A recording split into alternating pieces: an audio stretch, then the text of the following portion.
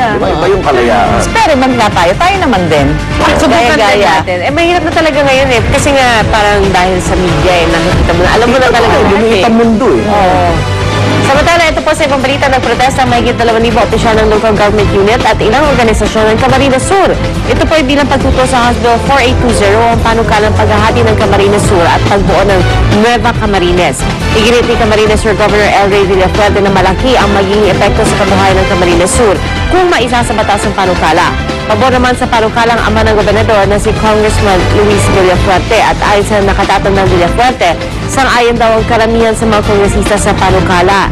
Inakusahan naman ng nakababa ng Villafuerte ang may akta ng panukala na si Deputy House Speaker Arnulfo Fuentebella ng paglulustay umano ng pondo ng gobyerno. Mariin namang itinanggi ni Fuentebella ang paratang ni Villafuerte pero kasinungalingan lang daw ang sinabi ng gobernador. Bakit hindi lang natin pag-usapan yung merit ng aming proposal? Why do we have to resort to smear campaign, character assassination, na hindi naman nararapat sa isang nagawin ng isang matilong leader? May dokumento po kami bilang patunay na ginagamit po nila ang pondo ng gobyerno para sa sarili nilang interes. Pareho nag-iwasong sa issue. Pero namin, may karapatang kaming alam. Alamin ko saan napupunta, kung saan ginagastos. Pero ito, sa nakikita ko dito, parang away ng mag-ama to eh. Oo, away na tatay sila Hindi na pwedeng manalong gobernador yung nakakatandang Villafuerte dahil natalo siya nung nagdaan. Pwede ka ba magtayo na sariling kaharian para ikaw maging hari? Parang gusto ko lang, hindi ako manalo dyan eh. Sige, tatayo na lang ako ng aking Yung maisip paano nakakalamang ang congressman sa lokal na government, mga mayor, di ba? Although sila yung direct representative, mas marami yung mga mayor. Siyempre. Para sa mga congressman. Direct kasi yung kanilang contact di ba? Pero sa saligang batas, may bilang lang po ng tao, di ba? Para payagan ka na magkaroon ng panibagong distrito. Yes. Ito hindi lang distrito hinihingi, lalawigan. Lalawigan. Pag ganyan po hinati nyo isang lalawigan, ang pati ang ekonomiya niyan hati. Siyempre. Yung kita, yung buwis, hati yan, pati ba serbisyo. Malilito ka. Kung ako ba nakatira sa Camarines Sur, pag lumipat ba ako ng Nueva Sur.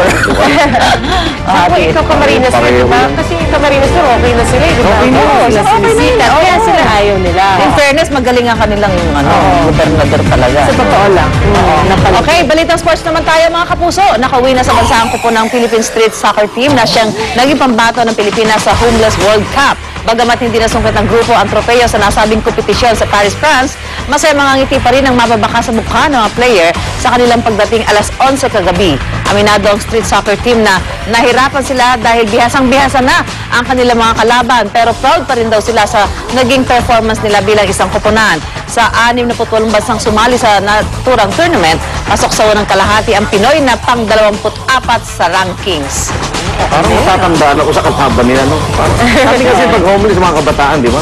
Pero ito tingnan mo, walang bahay yan, pero talagang Baka yung mga kategory nila, homeless ka lang. Pero wala yung age ba? Age bracket. Di ba may age bracket ba yun? Homeless. Baka wala. May nakita nga ako, hairless, yung ginanakita tayo. Okay, mula naman sa boxing ring, todo na sa pag-ensayo si pound for pound king, Manny Pacquiao. Ito ay para sa ikatlong sagupaan nila na may kanong si Juan Manuel Marquez. Unti-unti na raw bumabalik ang fighting form ni Pacman sa second day ng kanyang gym. Training kahapon, samantala dumating sa Pilipinas sa executive events producer ng boxing promotion company na Top Rank. Yan po si Brad Jacobs. Brad, pero daw na pangisawa ni Jacobs ang mga preparasyon para sa Pacquiao Marquez Press Tour. Sabado na yan, ha? Sa November naman ang paghaharapon ng Pacquiao at Marquez sa Las Vegas, Nevada. Ito yung last fight siguro namin dalawa. Sisikapin ko na mabigyan ng kasiyahan at magandang laban ng mga manonood. Ito naman ang magang chika para sa inyo mga kapuso. Naging star-studded ang mainstream premiere ng pelikulang Zombading Swan. Patayin sa shockout si Remington kagabi. Bukod sa mga bida sa pelikula, I love the title ha, because panunorin ko siya. Spotted din ng mga kapuso natin na sila Marian Rivera at ang nobyong si Dingdong Dantes. Naroon din ang iba pang artista gaya nila Randolph, Dennis Trillo, Ricky Davao at Sara Labati. Pati si Mother Lily Monteverde at mga direktor na sina Joyce Bernal at June Lana dumalo rin sa premiere. Tumatalakay daw ang movie sa pagtanggap ng lipunan sa mga bading kahit na ang movie ay horror comedy ang genre. Sumare na tayo, Pag zombading, ligtas sa kayong mga babae. Na biktima, lalaki puro kakainin. Zombie na bading. Parang gano'n, no? Ano ba? Plants versus Zombies ba yan? Plants versus Zombies. Hindi doon. Ay, tayo. Wala ka masusan, ha? Bakit? Oh, nanawala. Nasayangan ako ng mga 2 oras dahil sa influensya mo. Natalo mo na ba? Plants versus Zombies na to? Buti nga, 2 oras lang.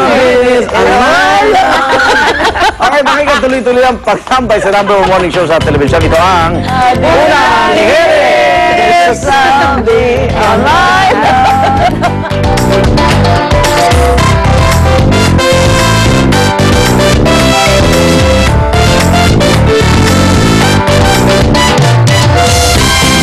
Sa unang hirit, ang saya-saya. Sa unang hirit, mangbulog ka. Good Magical, that's me.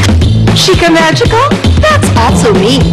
Asim Magical, now that's my sinigang with new Maggie Magic Sinigang.